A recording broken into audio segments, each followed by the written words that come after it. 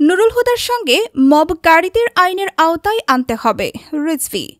সাবেক প্রধান নির্বাচন কমিশনার নুরুল হুদার সঙ্গে যারা অসদাচরণ করেছে তাদের শাস্তি দাবি জানিয়ে বিএনপির সিনিয়র যুগ্ম মহাসচিব রুহুল কবির রিজভী বলেছেন, যারা বিচারের নামে মব জাস্টিস করছেন তাদের চিহ্নিত করে আইনের আওতায় আনতে হবে। রুহুল কবির রিজভী বলেন, যারা অপরাধী তাদের বিচার হবে, কিন্তু বিচার বহির্ভূতভাবে কেউ তাদের সঙ্গে অসদাচরণ করবে এ ধরনের কোনো নীতিতে বিএনপি বিশ্বাস করে না।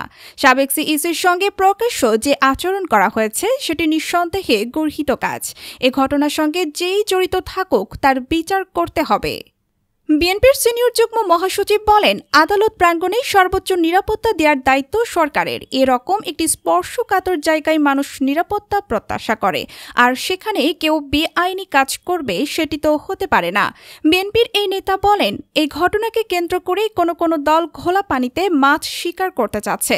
আমি স্পষ্ট করে বলতে চাই, ৫ই আগস্টের পর থেকে আমাদের চেয়ারপারসন এবং ভারপ্রাপ্ত চেয়ারম্যান স্পষ্ট বার্তা দিয়েছেন, দলের ভেতর কোনো বিশৃঙ্খলা সৃষ্টিকারী এবং অনৈতিক কাজে জড়িত কাউকে ছাড় দেয়া হবে না। আমরা তখন যারা কারাগারে ছিলাম তখনও জেলে থেকেই সবাইকে সুশৃঙ্খল রাখার চেষ্টা করেছি।